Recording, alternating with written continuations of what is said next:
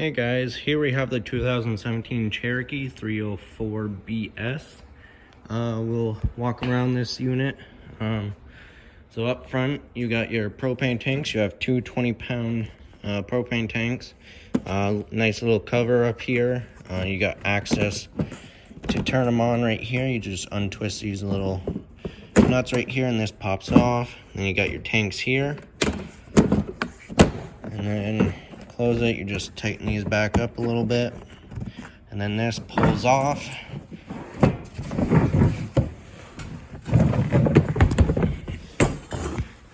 Then here, you can have access to your tanks fully. You can take them off, go get them filled. Just turn the valves off. Take this ring nut off, and then you just pull them out. Then you have your regulator right here. So right here, there's a little nub that points to the tank it's drawing from.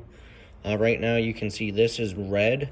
Once you turn the tank on, it'll turn to green. It's empty. So you turn it on. I think these tanks are empty, but they'll get replaced. So once you turn the tanks on, it'll turn green. That's telling you there's propane going through. Once it goes empty, it'll turn red. Then you just come out, flip it over, and turn that tank on. Or if you have them both on, and this one goes empty, the little valve inside will automatically switch over and start drawing from the other tank if they're both on. The only thing with that is before you go and take the empty one off, make sure you switch that to the other one. That way it shuts this side off so that gas won't leak out. Then you got your front tongue jack, so you have a little light right here if it's dark out when you're hooking up. Then you got up and down to raise the front tongue for leveling and hooking up to your vehicle. Then you have your chains and 7-way, and then a breakaway cable right here. That's like an emergency brake, so you'll hook that next to your chains. You won't hook it to your chains. That's if for some reason it came off your ball and the chains failed, that little pin would pull out and it would lock up the brakes on the trailer. That way it's not going way down the highway or down the road. And then up here will be a brand new battery up here when you pick it up. It's a spot for the battery and all the cables for it. Alright, moving down to the side. Up front you have your water heater right here. So this tab will flip up and you twist it. Then you can pull this cover off. So this is gas and electric. For the gas, the switch is inside. It's electric ignition, it lights on its own. So you don't have to come out here and let it pilot. For the electric, there's a switch right here for on and off. Once you're plugged in, you can come out and flip that switch on. Just make sure there's water inside of it before you flip it on. And then this is your anal rod. It's also your plug. The water will eat away at this because this is a steel tank. The water will eat away at that, so that's why this is here, so the water will eat away at this and not the tank. Once about 80 to 90% of this is gone, that's when you replace it. These are replaceable parts. So you can get a couple seasons out of these depending on how often you use it, but it just goes right in there, and then you tighten down the plug. Okay.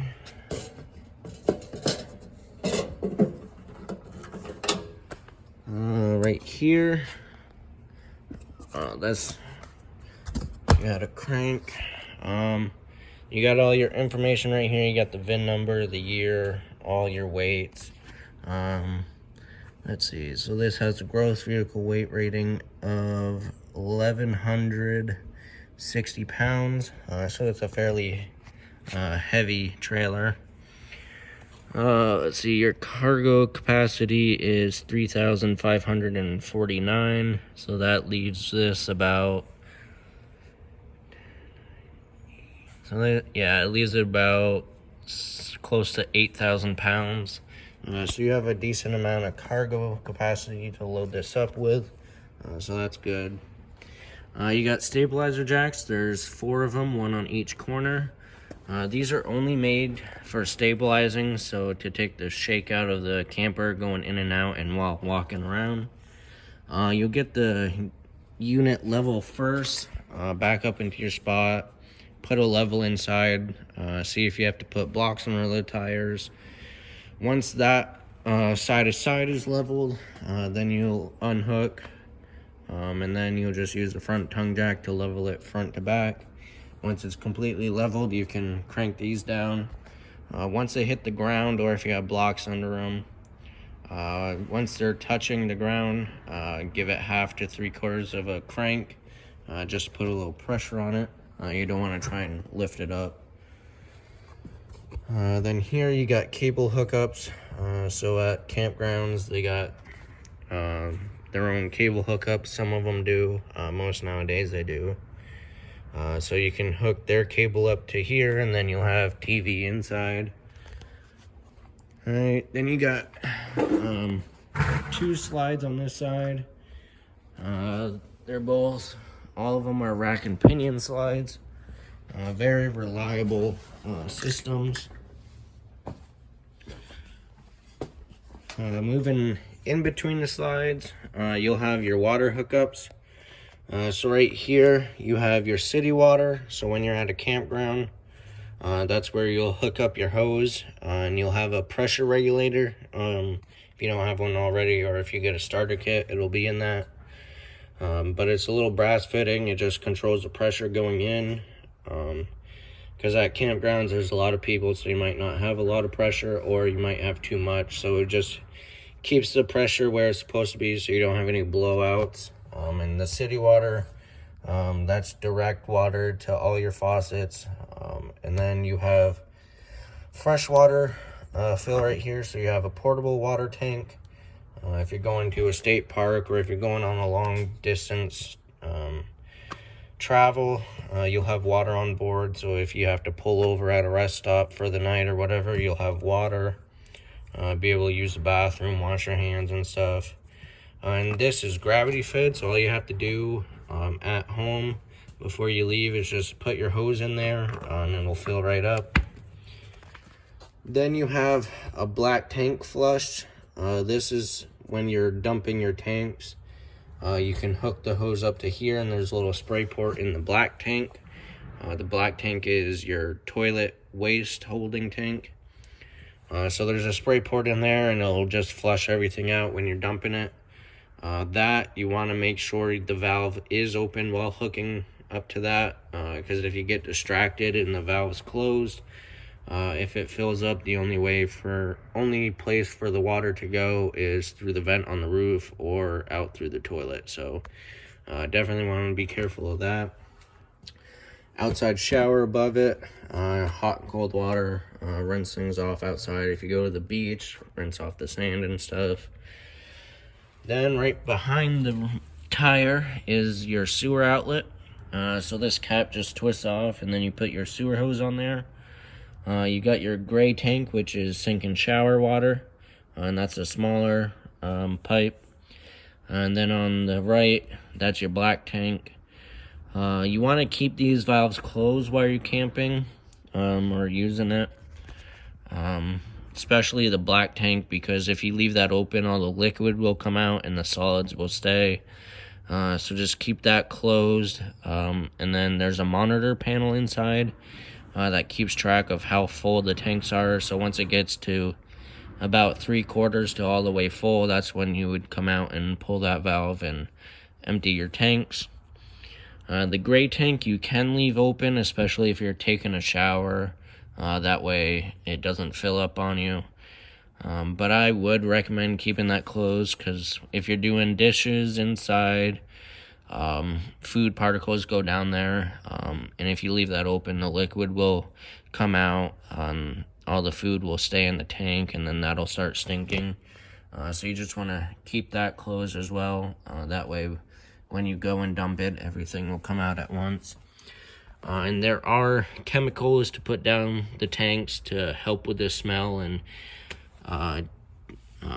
digestion of the waste. Alright, we'll move down the back.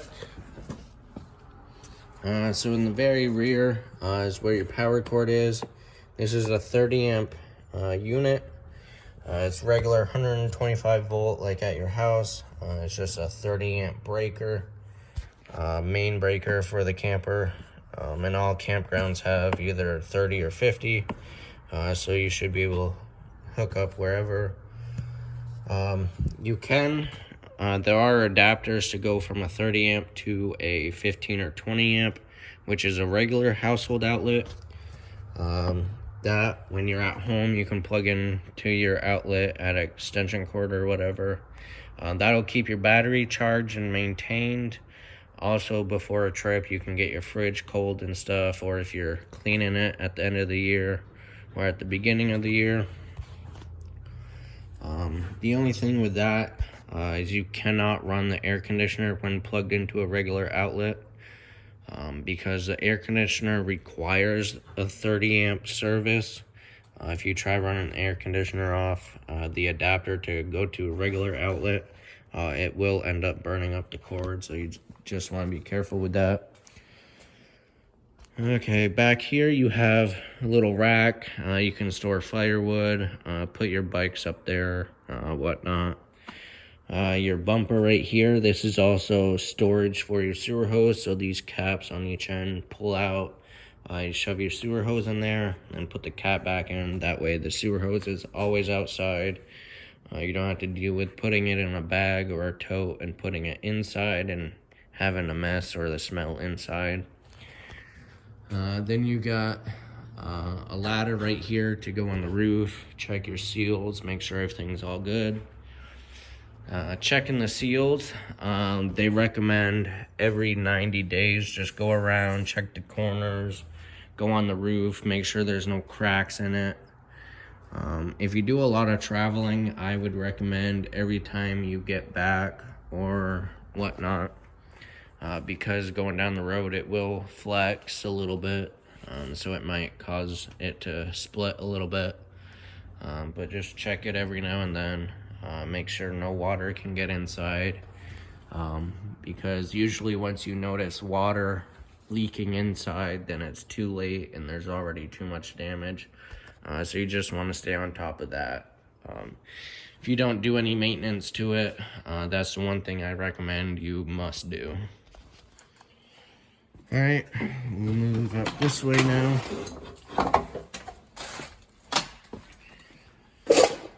Alright, right here, this little door. Open it up. So this is just access to your shower plumbing. So you got access all right here. Because it is up against this wall, there's not really an easy way to get to it, so there's access there. Okay, you got outside speakers. You got a nice big awning that goes more than half of this unit. Back of the fridge is right here. This is where it vents. It's also where we service it. You'll never have to go back there, but that's just where the back of the fridge is.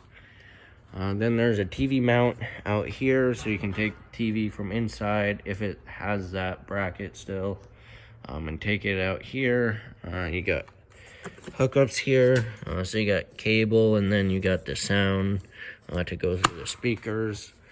Then you got your outlet right here. This right here, this is the exhaust for your furnace. You just want to make sure nothing's in the way of this and you don't touch it while using it, because that gets pretty hot. Then up there, that is the vent for the stovetop. So there's a little flap inside there. You just flip that open when you're using the stove vent. And then when you're traveling or not using it, just make sure it's snap closed so no bugs or water get inside. And then this is pre-wired for solar charging, so you can get portable solar panels, plug it in right there, and then we'll just maintain your battery. Then you got front storage compartment up here. There's the back of your water heater right there. And then next to it, that little container right there, your slides are hydraulic. So that is the reservoir for it.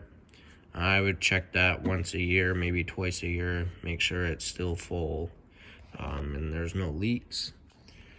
Right here is the crank for the stabilizer jacks. You could just get a drill. It's a 3/4 inch socket. Just be careful when doing it that way. You don't crank it down too much or up too much. Power cord. This one stays with this unit, so this will be yours. Okay. And then this door is a friction hinge door, so it's pretty stiff. And so you can keep it open like this, and when it's windy, it won't go open and shut all the time. And then you got your screen door right here, so if it's a nice breezy day and you want the door open or whatever, you'll have that and no bugs can get in. Your steps, they just fold up, so you just fold them up like that. Then they're tucked away, and then to open it, you just grab this handle right here and pull it down. Then your grab handle, so once the doors close, you can either have it that way, or you can have it up against the door, but you just push up on it and then you can turn it. I definitely want to make sure that's against the camper before leaving. Alright, now we'll move inside. So to the left, you have a couple of switches. You got light switches, so this one will be for over the kitchen area. This will be the main ceiling lights. And then this light is for this scare light right there. So if it's dark out, you can have a little light. Make your way back. Then you got some accent lighting, so you have above the slide. What's that? Oh, that one's the awning. Then you got your slide room switch. So because they are hydraulic, there's only one switch for the slides. They open all on the same switch, so you have in and out. Then you have your awning, so you have extend and retract. And with the awning, because it is electric, it doesn't stop on its own, so you just have to watch it while it's going out. There'll be a valance that'll fold down and you'll be able to see the bare tube. Once you can see that, let off the switch and it's all the way out. If you keep holding it, it'll roll up backwards, and it might cause some damage, but you just don't want to do that. And then if it's really windy out or if it's downpouring, just roll it in. That way no damage is caused to it, because if it's downpouring, it'll tend to pool in the center, even if you do have it on a pitch. And then if it's really windy, it's like a big parachute or a kite, so you just want to make sure it doesn't get torn off. Alright, so you got your entertainment center right here. You got your radio and TV hookups up there. Plug in to the DVD player, so this is also a DVD player. And then you got some storage. And here's that TV mount. So this would go on the back of the TV, slide in right there, and then you could take the TV and bring it outside. So that's nice that that's there. Alright, behind these doors is the bedroom. Pretty nice. And then your TV you can mount here, and then you could run the cables through the wall, which that hole's there for, and then you could have a little splitter right there or hook it to the DVD player. There are outlets and USB ports on each side. You got a little ceiling light right here. It's push button, a little button in the center. And then you got some reading lights up here. Little button. So there's a blue light, and then there's a regular light. Then you got little closet area with hanging. There is a mirror on it. Cabinet up above, and then same over there. Then your bed lifts up. It's on struts, so there's storage underneath, and you can get to the water heater back there and whatever else.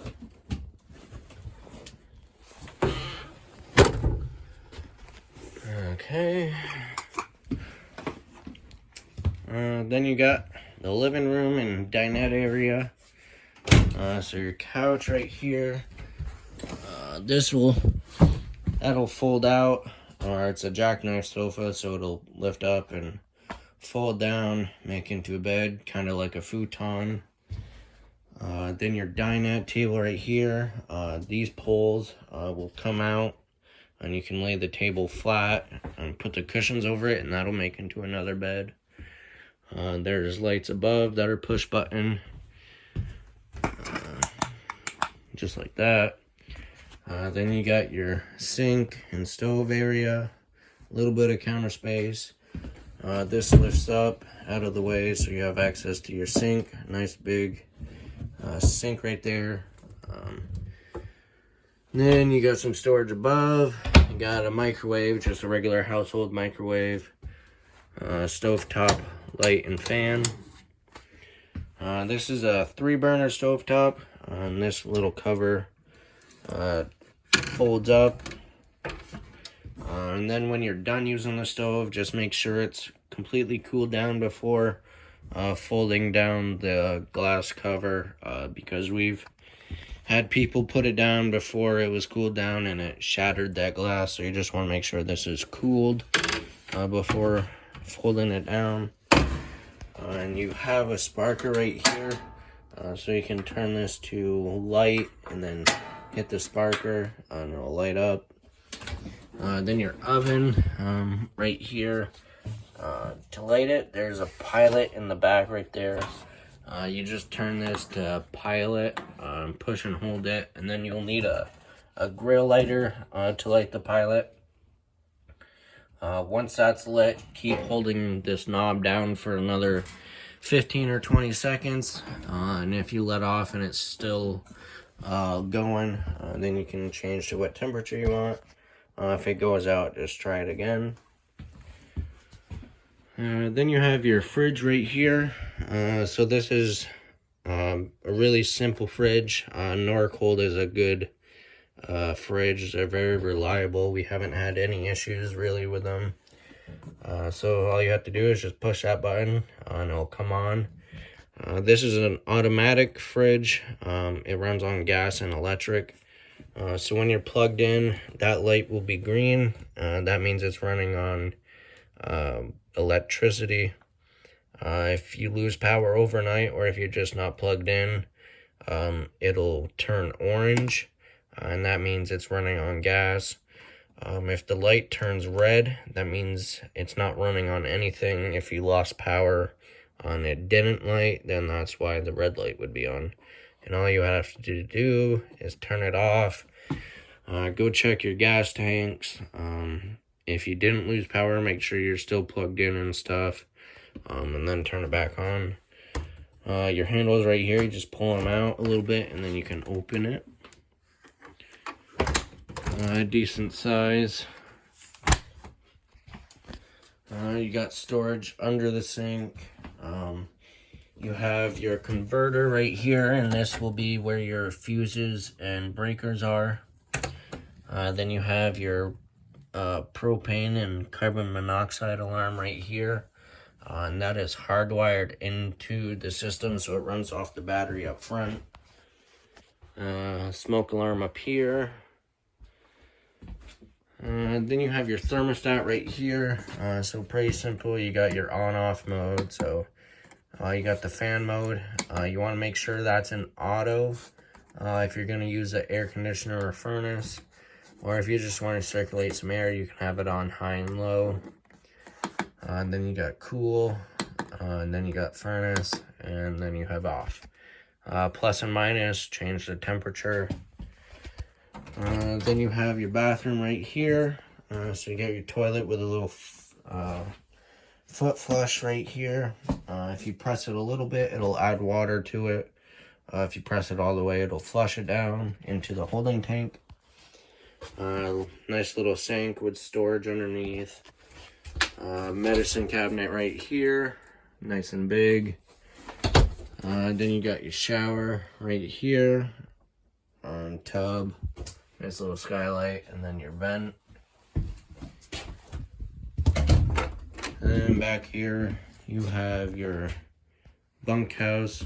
It's a nice big open spot. You got basically 4 bunks and a whole bunch of storage back here.